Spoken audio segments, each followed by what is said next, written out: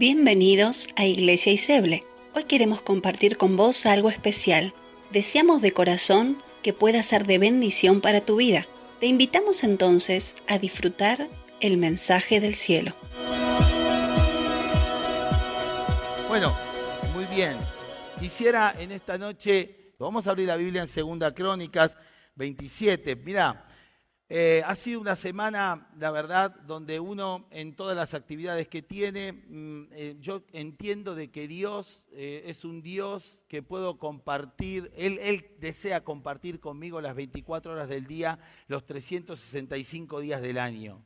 Él es un Dios que de alguna manera se manifiesta en nuestra vida en todo lo que nos pasa a nuestro alrededor. Si no, estaríamos hablando de un Dios cúltico, si no estaríamos hablando de un Dios de un aspecto más religioso, enmarcado en un formato, pero qué hermoso es cuando uno puede entender, ver, percibir que Dios está con nosotros todos los días de nuestra vida hasta el fin. Entonces, en todas las cosas que vivimos, las que hablamos, las que compartimos, las que pasamos, allí en todo eso, si nuestro espíritu, nuestro corazón está alineado a la palabra del cielo, en todas las cosas podemos ver a Dios. Hoy veníamos del súper con mi esposa y veníamos en la camioneta y dábamos gracias a Dios tan solo por una compra en el supermercado, o sea, nada del otro mundo, tampoco es que fuimos al súper y nos trajimos toda la anónima, no, una compra simplemente eso, pero sentados en nuestro vehículo veníamos y decíamos, Señor, gracias, es tu provisión, es tu abundancia,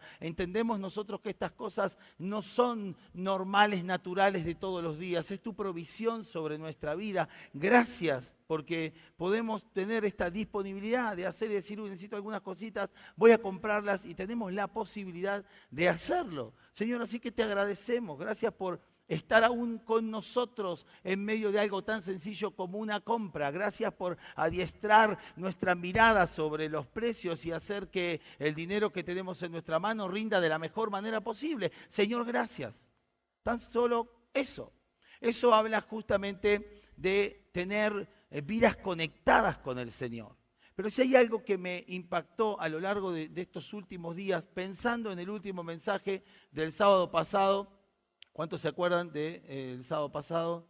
¿Sí? De un espíritu que resistente, pensando de un espíritu de resistencia, de vivir resistiendo desde el Señor, de poder, el anterior, de un espíritu resistente. Quiero decirte algo. Lo cierto es que un espíritu resistente se marca desde una vida sólida. Y esa fue la palabra que en esta semana empezó a pegar fuerte en mi mente y en mi corazón. La solidez de la vida cristiana, la solidez de las personas. Resulta que me encuentro con un ingeniero que estaba haciendo los planos de todo lo que es Chacra 30 y de lo que estamos desarrollando allí. Y entonces él me dice, mira, tenemos que hablar, tenemos que presentar un papel donde mostremos la solidez. Y cuando me dijo eso, digo, me está hablando el Señor a través de esto. La solidez de la fundación, de las estructuras, de dónde se va a hacer este gimnasio que ustedes quieren hacer como iglesia. Tenemos que presentar también la solidez de la fundación, de las estructuras de donde quieren abrir ustedes la escuela técnica.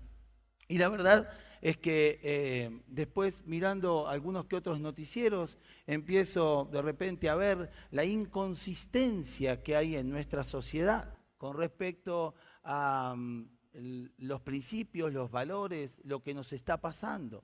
Estamos hablando de que nos falta vivir vidas sólidas.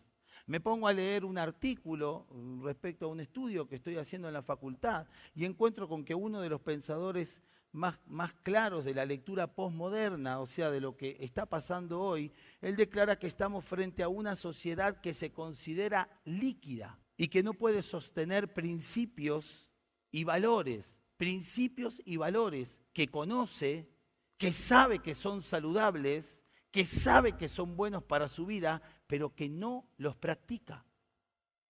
Entonces es como que Dios empezó de alguna manera y de alguna forma pensando en esto que hoy vamos a recordar, que la cena del Señor, como un acto de alguien que pudo llevar adelante esto para traer salvación a la humanidad entera, a todos aquellos que creyeran en Jesús como el Señor y Salvador de sus vidas, darle salvación a través de la cruz, solo lo pudo hacer alguien que tuvo una vida sólida en sus principios y en sus valores. Entonces quiero hablarte un poco de esto, de vidas, pero vidas sólidas, que no alcanza solamente con tener un espíritu que resista todo lo que viene, sino que ese espíritu resistente es una de las patas que se tienen cuando uno empieza a engendrar una vida sólida en medio de la sociedad en donde se mueve. Porque si no nos encontramos con historias como por ejemplo esta. Dice que había una vez un niño que tenía una tortuga como mascota y el nombre de esa tortuga era Albert. Albert Einstein le puso a la tortuga el chico. Entonces un día Albert, su tortuga, se puso pálida, cayó sobre el caparazón, se dio vuelta, las patitas le quedaron así casi sin moverse y entonces el niño empezó con lágrimas a llorar una y otra vez y lloraba a su padre y le decía: papá, se me murió Albert, esto ya no tiene más remedio. La tortuga seguía inmóvil. Su padre era un gran vendedor. Era un hombre que era primero en el puesto de ventas de su empresa. Entonces él sintió de alguna manera que tenía que hacer la mejor venta de su vida, pero esta vez, en esta oportunidad, era una venta hacia su hijo, la venta de ver cómo podía solucionar el dolor de ese corazón por la pérdida de su animalito, de su mascota, de su ser querido, que en este caso era la tortuga que se llamaba Albert. Así que él tomó a la tortuga y la puso en una caja de zapatos y le dijo: hijo, déjame decirte algo. Esta es la mejor cosa que le pudo haber pasado a Albert. Entonces el nene, medio que entre lágrimas, entró a mirar al papá como diciendo: como lo mejor que puede haber pasado que se muera nuestro amigo. Déjame decirte, hijo, que esta tortuga ahora se está encontrando en un lugar maravilloso que Dios planeó para ella y en el cielo seguramente ella estará caminando con otros amiguitos de ella. Es realmente tan maravilloso el lugar donde va esta tortuga. Y dice que el nene ya empezaba a cambiar la mirada, como diciendo: bueno, si va un camino mejor, qué bueno. Y entonces dice: ¿y sabes qué vamos a hacer? Vamos a hacer lo que la costumbre de nuestro país tiene. Nosotros vamos a hacer un funeral en honor a la tortuguita amiga tuya, Albert. Así que vamos a invitar a todos tus amigos. Después del funeral vamos a traer tortas, vamos a traer helado, vamos a traer juegos, vamos a traer jugos. Los vamos a invitar a todos y todos van a venir a compartir y vas a ver que va a ser increíble. Entonces el niño dejó de llorar y ya de tener congoja, de tener pesar en su corazón, empezó a tener una alegría y entonces él mismo sonriendo empieza a decir: y bueno, papá, y vamos a poder poner serpentinas y vamos a poder poner globos también y vamos a poner algunos otros juegos y vamos a poner los juegos electrónicos. Sí, hijo, vamos a poner absolutamente todo. Así que el papá él sabía que tenía que cerrar esa venta, la venta de saciar ese corazón dolido. Entonces le dijo: bueno, lo único que te pido, vamos ahora a hacer el pequeño entierro y vamos al fondo de la casa y vamos a enterrar a tu amiguito Albert para que después podamos hacer de alguna manera, como nosotros estamos acostumbrados en nuestro país, dice, hacer el funeral con todos tus amigos, invitándolos en una fiesta a honor a la tortuga. Entonces fueron con la caja hasta el fondo y cuando llegaron con la caja al fondo, dice que estaban allí y el padre no tuvo mejor idea que sacar la tapa de la caja y para sorpresa de los dos, Albert empezó a mover las patitas y movía las patitas y trataba de darse vuelta y volver a enderezarse. Y entonces, cuando ve eso, el nene nuevamente se pone a llorar. Y el padre le dice: hijo, ¿estás llorando seguramente de alegría? No, papá, estoy llorando de decepción. Porque me pierdo la fiesta. ¿Por qué no matamos a Albert, papá? Y enterrémoslo. Porque entre Albert y la fiesta me quedo con la fiesta. Vivimos vidas que no son muy sólidas, que de repente se dinamizan por una situación y hacen que perdamos nuestras convicciones. Y aunque nos presenten mejores cosas frente a la situación que vivimos o nos toca vivir, muchas veces preferimos automentirnos y creer que dar otro paso que no sea el que realmente vivimos en el Señor va a ser esa la salida para nosotros. Tenemos que caminar en la verdad de Dios. Los discípulos estaban con Jesús y ellos estaban convencidos de la solidez que Él manifestaba del reino de los cielos. Jamás Él les mintió. Siempre les dijo, muchachos, yo me voy a ir. Me voy, pero cuando vuelva, volveré a ustedes de otra manera. Y entonces le empieza a hablar del poder que ellos iban a recibir. Les hablaba de este momento en la última cena, que era la última vez que iba a comer y que iba a estar con ellos, pero que en realidad iba a venir algo mucho más poderoso después de su muerte, de su crucifixión, de su resurrección. Sin embargo, ellos caminaban en esa solidez hasta un cierto punto. En realidad, había momentos en que deseaban que Él no se fuera y se quedara junto a ellos y que ese momento no llegara nunca. Pero eso era muy interno. Externamente manifestaban, Señor, estaremos contigo hasta el último momento, hasta el fin, y te acompañaremos y allí iremos. Pero al momento era como Albert y este niño, no vamos a cambiar la fiesta por la tortuga, matemos la tortuga. Si total ya estaba muerta, ¿qué se le ocurrió revivir? Tenemos que darnos cuenta que vivimos justamente en un tiempo de crisis muy severa. Desde la perspectiva humana, el mundo no tiene esperanza. Si vos hablás con las personas mayores, te dicen, querido, esto va cada vez peor. Somos una creación que está constantemente en todos los aspectos tratando de darle la espalda a Dios. Cada día las personas tratan de buscar soluciones anexas a lo que Dios establece. Dios no cuenta muchas veces en medio de nuestras decisiones. Dios no cuenta muchas veces en medio de nuestras consideraciones en los pasos que tenemos que dar. Hasta parece muchas veces que Dios no tiene nada que aportar. Dios no tiene opinión. O muchas veces la opinión de Dios no interesa. En muchos aspectos creo que la vida pública lo demuestra. Estamos rodeados de situaciones que una y otra vez están enmarcadas en que si queremos meter el concepto de Dios, estamos de alguna manera discriminando y los primeros discriminados somos nosotros.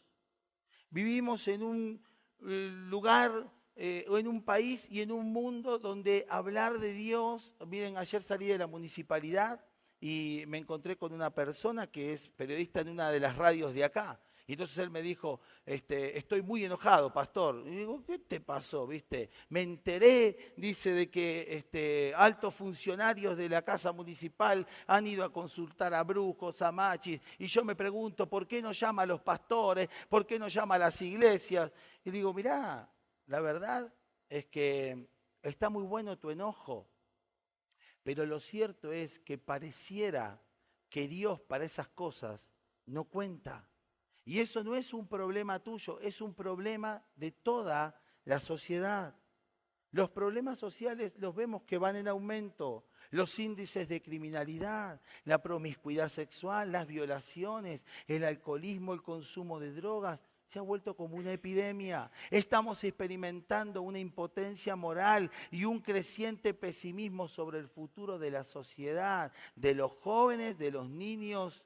No se tiene consideración de las familias, ni mucho menos se tiene en consideración dentro de los colegios.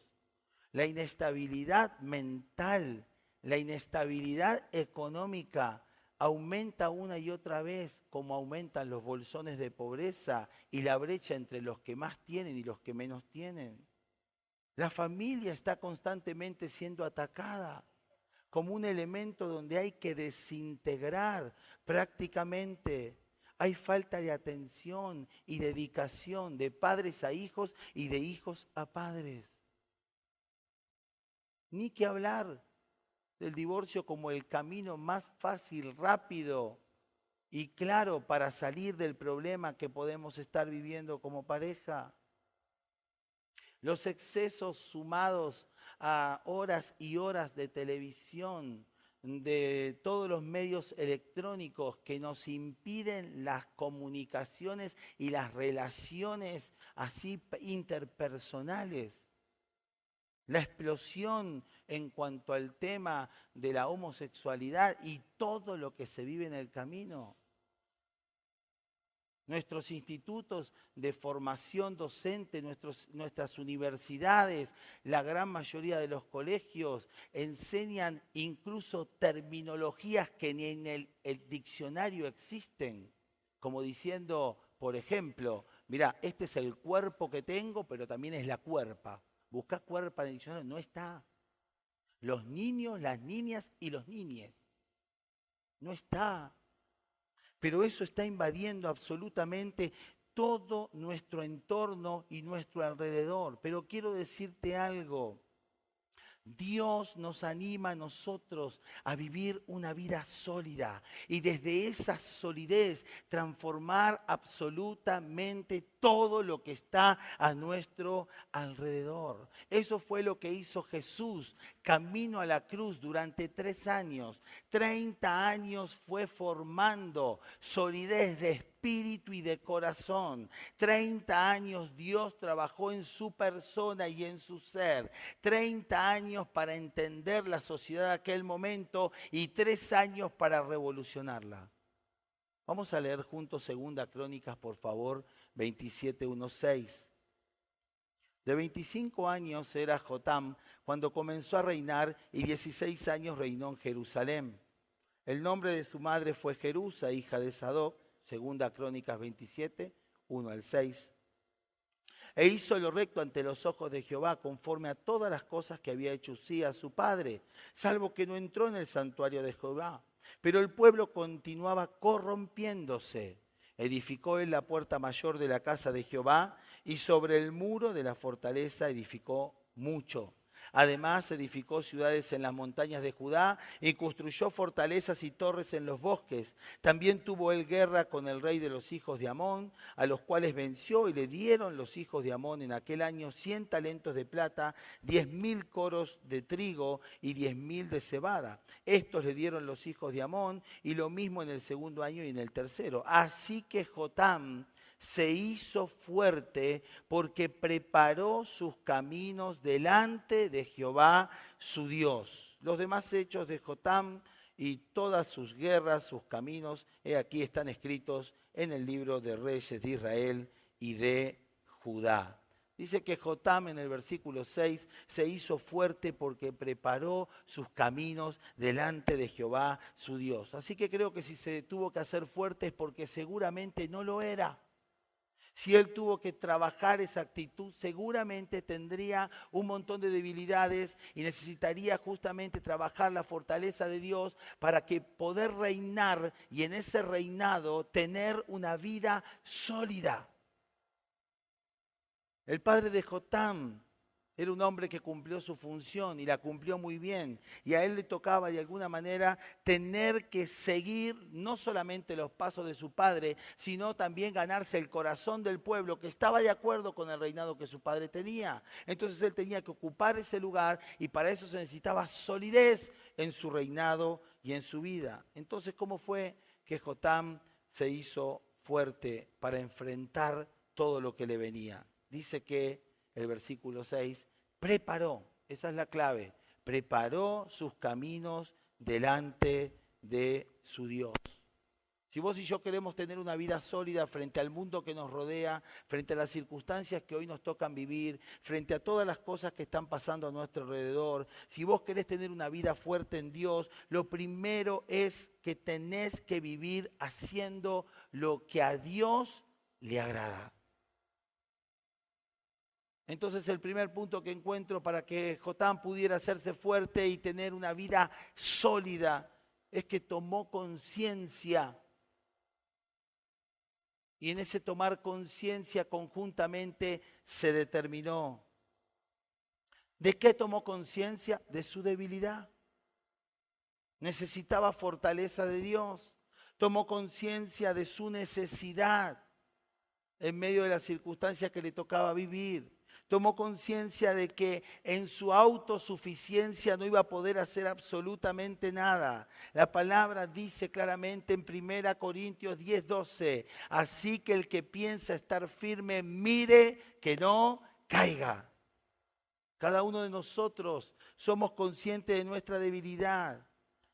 El tema es que le tenemos que dejar espacio a Dios para obrar y tenemos que dejarle espacio a Dios para que Él pueda de alguna manera avanzar y trabajar en la solidez de nuestra vida. Segunda Corintios 12:9 dice que el poder de Dios se perfecciona en mi debilidad. Y es allí, como dice Joel 3:10, cuando el débil se hace fuerte. En el plano nuestro, el término autosuficiencia se traduce como una especie de, yo lo llamaría hipocresía evangélica. Uy, qué dura esa palabra. Pero tiene que ver con eso. Es un patrón claro que muchas veces tenemos. Y entonces recitamos versículos de memoria, pero en los hechos nuestras vidas no son sólidas en esos versículos. Y entonces estamos en las circunstancias que nos tocan vivir, en los momentos en los que tenemos que confrontar situaciones, en los momentos en los que tenemos que sentarnos y ver cómo vamos a debatir temas de interés general, cosas que nos pasan a nuestro alrededor, cómo nos vamos a amparar, de qué manera vamos a trabajar. No podemos caminar en la solidez de esa palabra. El problema es que muchas veces nosotros mismos nos fabricamos una trampa, al igual que el niño con Albert.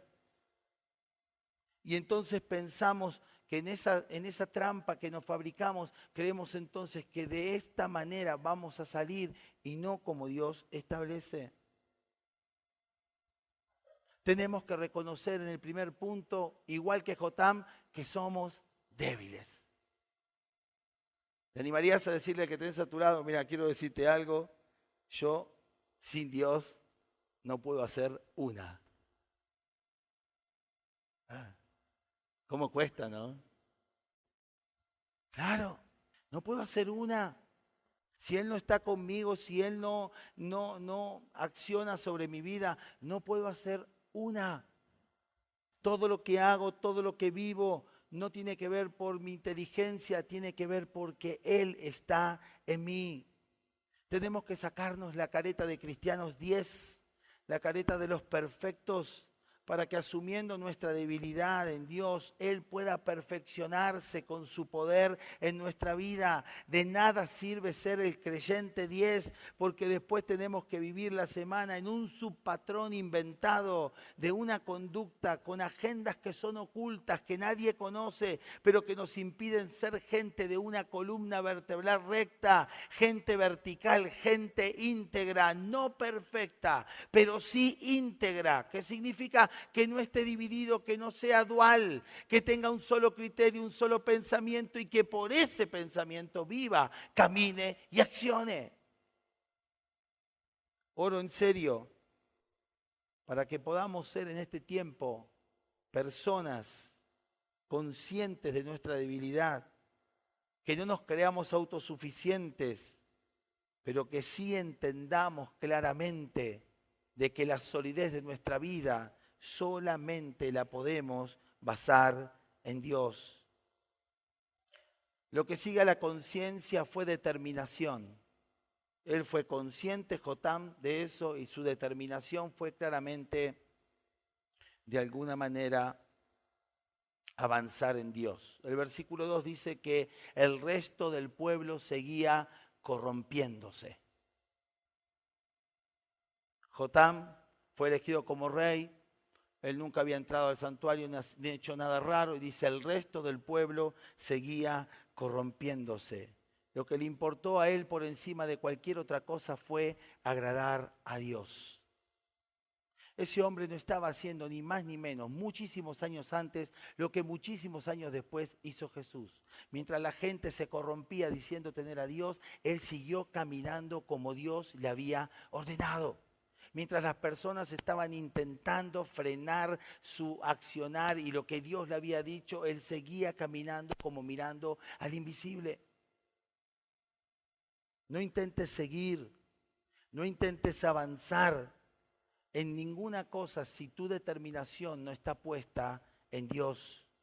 Dios tiene que ser lo primero en nuestra vida.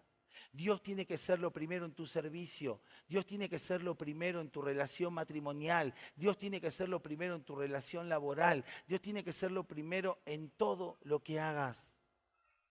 Lo segundo es que Jotam dice que edificó la puerta mayor de la casa de Jehová. Nos habla de prioridades.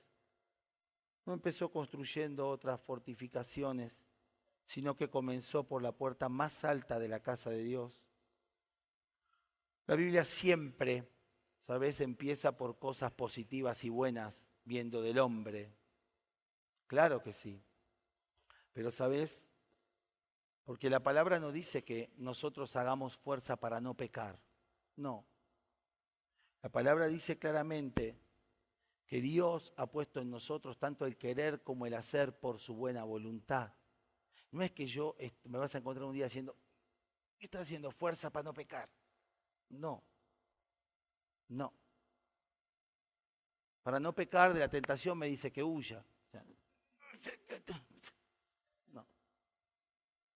Dice Lucas 18:13, el fariseo hacía su oración y decía, yo te doy gracias porque no soy como los otros hombres, que son ladrones, que son injustos. Pero el publicano, de alguna manera, no quería ni alzar los ojos al cielo, no quería, él se sentía un pecador, se golpeaba el pecho y decía, lo único que decía, sé propicio a mí, un pecador. La Biblia no nos dice bajo ningún punto de vista, hace fuerza, vos que sos débil, hace fuerza para que puedas superar el pecado en tu vida. Lo que dice es, hacete fuerte en Dios. Y la manera de fortalecer tu vida es empezando a construir la puerta mayor. Y la puerta mayor de ese templo que estaba construyendo Jotam, nosotros somos templo viviente del Espíritu Santo de Dios. Nosotros somos la iglesia, cada uno de nosotros. Y la puerta mayor, según 1 Corintios 6:19, es nuestra mente, es tu manera de pensar. Edifica tu mente llenándote de las cosas de Dios. No es haciendo cosas en contra de, sino que es llenándote del Espíritu de Dios que te fortaleces. Llenando tu cabeza y tus pensamientos de la palabra de Dios es que te fortaleces. Es que le das al Espíritu Santo material puesto en el disco rígido espiritual para que Él pueda tomar y en medio de tus circunstancias fortalecerte y hacerte fuerte en tu debilidad. Si tu vida de comunión con Dios y tu relación con el Espíritu Santo es débil, no esperes llevar una vida sólida. Es imposible. No esperes sentirte fuerte y poder vencer ese patrón pecaminoso en tu vida. Es más, podríamos decir que ese patrón pecaminoso es el resultado de que estás débil en tu vida espiritual. Jesús decía claramente que Él todas las cosas las hablaba con el Padre una y otra vez. El hecho de mostrar su debilidad también fue conversada con el Padre. Si es posible, ando débil, me siento mal, no quiero pasar este trago, no quiero pasar esta copa. Si es posible, Él fue a mostrar su debilidad. Pero pudo continuar porque su mente, su corazón, una y otra vez estaba en la búsqueda de Dios. Muchachos, quiero decirles algo, el tiempo que viene es duro y es difícil. Les pido por favor quédense acá orando, velando, para que no entren en tentación. Yo me voy un poco más allá para orar y ustedes oren por mí y yo voy a orar por mí, pero también voy a orar por ustedes. Allá voy, el tiempo que viene es duro. Él estaba conectado continuamente con el Padre. ¿Qué te pasa a vos? ¿Qué me pasa a mí? En medio de una circunstancia que nos supera por completo. Somos de levantar el teléfono y decirle a alguien, orá por mí, te lo pido por favor. Tenemos que pasar esta situación, orá por mí. O estamos, ay, ¿qué hago? Decime qué hago, para dónde voy, a quién lo llevo, cómo estoy. Si al menos no levanto el tubo, por lo menos me encierro y oro. Hacete esta pregunta. porque eso marca la pauta de una vida sólida en Dios. Llenate de la palabra, hacé de tu relación con Dios tu prioridad número uno. Viví durante el día conscientemente de saber que Dios está en los movimientos más sencillos como en los más profundos y en los más complejos. En el lugar de hacer fuerza, hacete fuerte en Él. Porque eso es lo que hizo Jesús para poder llegar a la cruz. No hizo fuerza, se hizo fuerte en Él. Y entonces pudo de alguna manera exclamar en su último grito, ¿por qué me has abandonado? Y sentir el peso, no porque fuera fuerte y haya hecho fuerza, sino porque la fuerza la hizo en Él. Consumado es. Lo tercero y último, levantó muros, dice, bien alto Jotam. Para hacer una vida sólida, tenés que levantar muros en muchas cosas, empezando por acá, siguiendo acá, y muchas veces eso se ve reflejado en nuestro alrededor.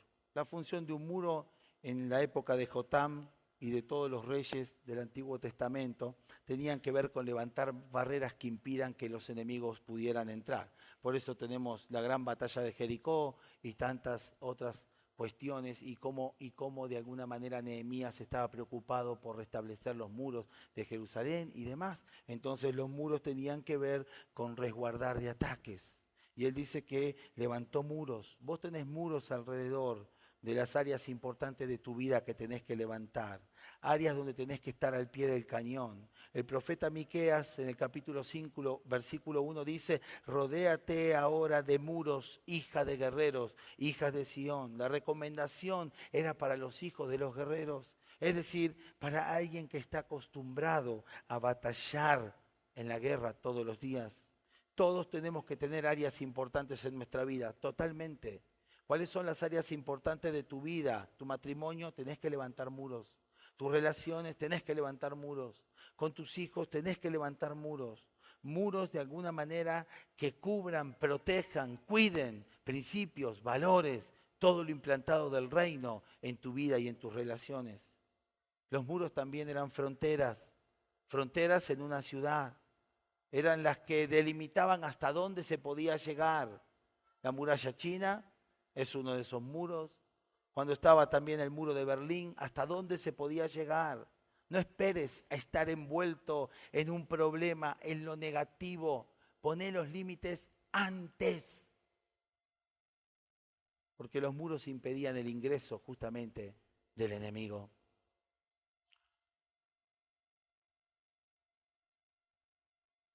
¿Qué muros tenés que levantar para consolidar la vida sólida que estás buscando en Dios? Tal vez haya que levantar muros en las relaciones, pero no muros que dividan, sino muros que protejan, que cubran, que sostengan, que hagan relaciones perdurables, saludables en el tiempo. Cosas que hoy la sociedad está perdiendo cada vez más. Por favor, es tiempo de marcar claramente el límite antes, porque cuando ya estás en el campo del enemigo es imposible poder marcar el límite antes. Tenés que marcar los límites antes. Tenés que marcar el límite antes de lo que estás viendo en la televisión, de lo que estás viendo en internet. Tenés que marcar el límite antes de las conversaciones que tenés. Tenés que marcar el límite antes de cualquier tipo de compulsión física. Tenés que marcar el límite antes de las compañías que tenés. Los límites son siempre para que el enemigo no llegue. No para que cuando esté voy a ver cómo lo encierro. Es para que no entre. Eso es lo que el Señor hizo en la cruz. Dice que Él con la muerte estableció que el acta de decretos que había en nuestra contra, ¿sabés qué hizo con su muerte? Marcó un límite. Hasta acá llegaste. No tenés más la eternidad de las personas. La eternidad de las personas la tengo yo. Marcó un límite.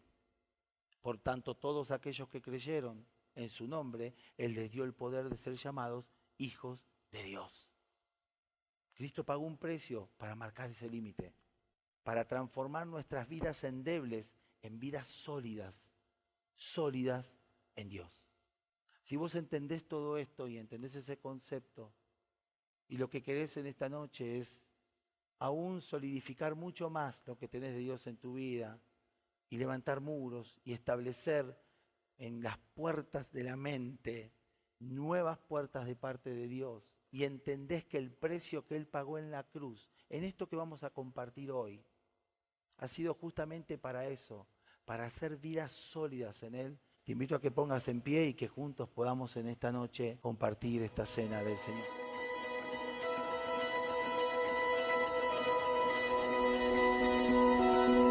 Gracias por ser parte de la gran familia Iseble. Te invitamos el próximo sábado 20:30 horas a nuestro punto de encuentro, ubicado en Avenida Cuesler 1820. Desde ya, muchas gracias por tu tiempo.